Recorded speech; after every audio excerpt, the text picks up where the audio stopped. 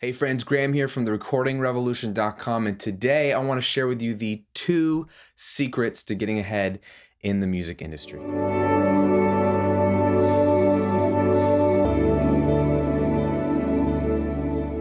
Now, before we jump into these secrets, let me quickly just say these 2 things will apply to not just the music industry, they will apply to absolutely any industry you are actually trying to get ahead in.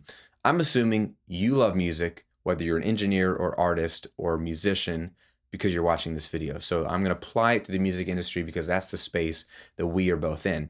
But this applies in general in life because it has nothing to do with hacks or fancy tricks. It has to do with human nature. So let's talk about why do some people get ahead in the industry and others don't. And let's ignore the things that really are outside of our control. Things like when you were born, things like where you live, things like who's coming knocking on your door. There's a lot of things, opportunities that you cannot manufacture. Don't let someone tell you that you can actually manufacture all your opportunities, because that's just not true. That's a very arrogant way to look at the world, as if you somehow can control all aspects of your life. You can't. I can't. There are many things we can control. I'm going to talk about the 2 most important ones today, and they absolutely work. And they're a formula that works over a lifetime of application. Let's talk about them very simply, and I'll give you some application in my life as well. Secret number 1 is you have to be seen. If you are a band or a musician or an artist that you want to break into the music industry and have lots of people hear your music, no one's going to hear your music if they don't know who you are.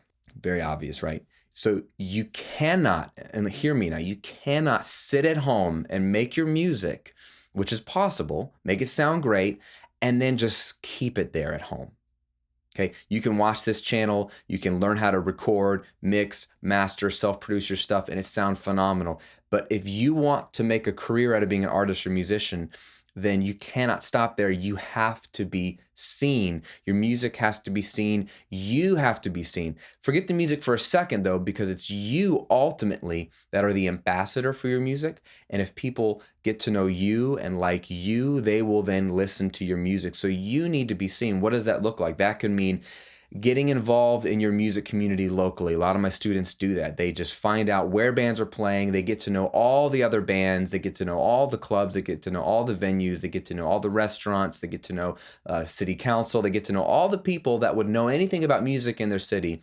And they become friends with them, or they just go to events. It's all about just existing around other people so that they know that you exist, and things can happen if you are seen. The same is true as an engineer. All the greats that I know of, they started to get involved in the music industry by moving to LA, moving to New York, moving to Nashville, so they could be seen by other engineers and get in the mix, no pun intended. Even if you can't move to those places, you need to do things and attend events and get to know people online. It can be physical or online, to be seen so that you can break into the music industry. They will not come find you, is basically what I'm saying. And this is totally applied to me in my space. I'm going to give you that application in a minute. So the number 1 secret is you have to be seen. I'll come back to that in a minute. Number 2 secret is you have to focus on serving others and not yourself.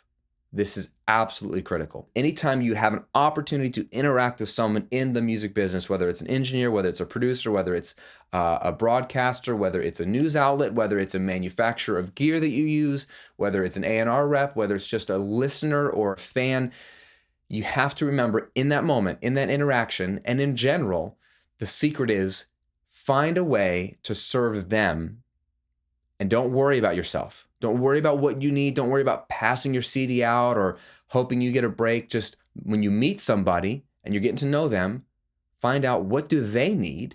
How can you achieve their goals and their dreams? Even if it's a small little thing, like what can I do for you today? Or a long-term thing, hey, what can I help you with over the next 12 months? Can you help them? Can you serve them? Because people like that. People are drawn to generous people. If you are a servant to others, if that's your default, if people meet you and they're like, this person just always wants to help me, that is attractive. That is magnetic. And the music industry is built around people who know people who like people. People get gigs because they're like, oh, I have a guy and I know him and he's amazing. Basically, I really like him. You have to have a level of talent for sure. I'm going to assume that you are working your butt off to to master your craft, to get good at this thing, to display your work in the best way possible, but talent won't cut it. You have to be talented, and then you have to be a servant of human beings. Because if you're cool and you love people well, serve people well, always want to help them, they're going to want to bring you in on something rather than someone else who's just as talented but isn't magnetic like you are. Very, very important. Always find a way to serve someone, because people are drawn to that and you will get opportunities. Now, let me pull those two secrets together in a practical way. For me, in my experience with my business and with my growth through the audio industry, the music industry, and a bunch of things I saw this weekend. So I was just at the NAMM show in Anaheim, and it's just filled with people. You got gear manufacturers, you've got the best producers in the world, you've got artists, you've got bands, you've got media, you've got press. Everybody's there that's involved with music. And I go to NAMM not to look at gear. I can look at gear on the internet or in a catalog. I go to NAMM to be seen and to serve people.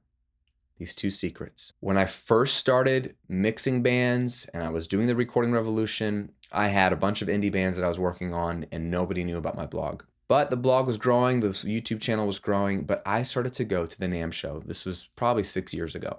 Went to the NAMM show for the first time, flew all the way across the country, spent my time, money to get hotel, plane ticket, rental car, food, to walk around the NAMM show and just meet people. Now, I am not extroverted by nature. I am introverted, meaning I'd rather just stay at home and work on music or hang out with my kids and my wife or my friends. It takes a lot more energy for me to go out to a place where there's 100, 200,000 people and extrovert and meet people. But I did it, and I would walk around, go to brands that I knew. I'm like, hey, I use your products. I love your guys' stuff. Is there anything I can do for you? Like, who are you again? I'm Graham from the Recording Revolution. Oh, I think I've heard of your website. Now they have a face, now they have a connection. They saw me, but I'm asking, what can I do for you? Or are you doing anything cool this year? Can we give away some of your gear to my audience? These are brands that I love and trust. Can I serve you?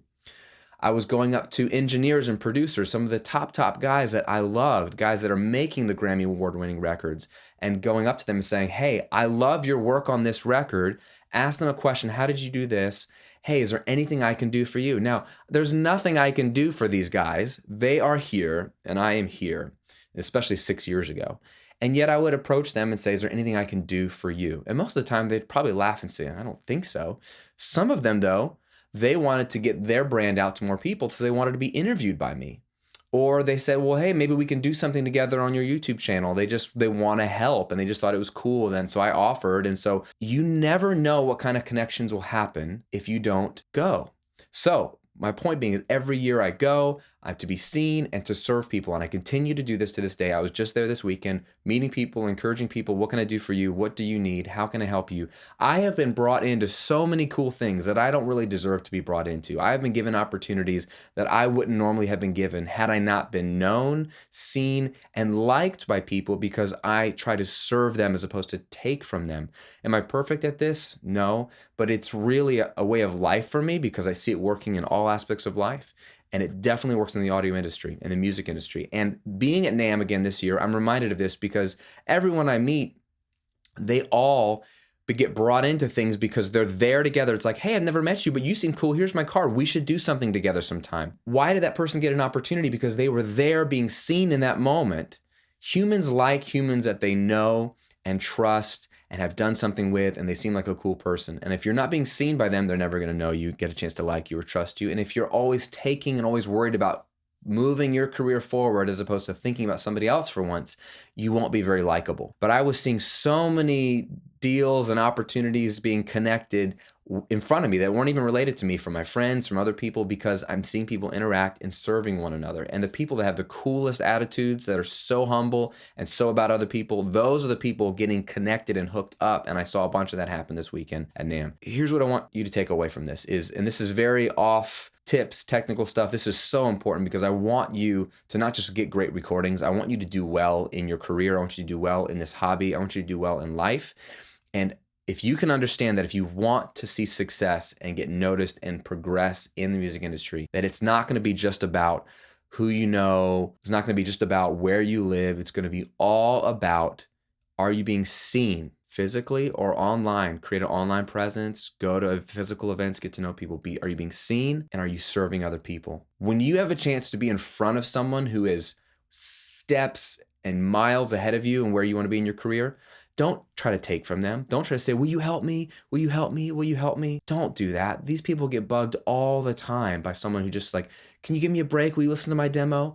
Don't do that. You will just disappear into the sea and the crowd of everybody else who's doing that. These people are tired of it. What if instead you meet this person who's steps ahead of you, you were to say, hey, I love what you do, especially that one thing you did on this one track or this one song or whatever. Compliment them and then say, this is who I am, but is there anything I can do for you? I was thinking about whatever. I noticed you wanted to break more into this genre or into teaching or into this.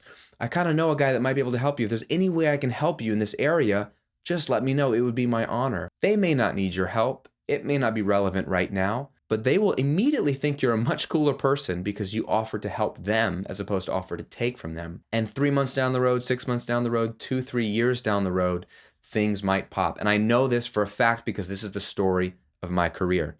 I have tried to serve people, offer help, and some things popped right away, and some things took 3, 4, 5 years to develop, but they always remembered, hey, that Graham guy was very cool, always wanted to help me, and when something happened, there was an opportunity that was just right, they pulled me in on it, and I got an opportunity that I wouldn't have otherwise. So in review, my friends, the 2 secrets to getting ahead in the music industry. Number 1, be seen. No one's gonna come beating down your door.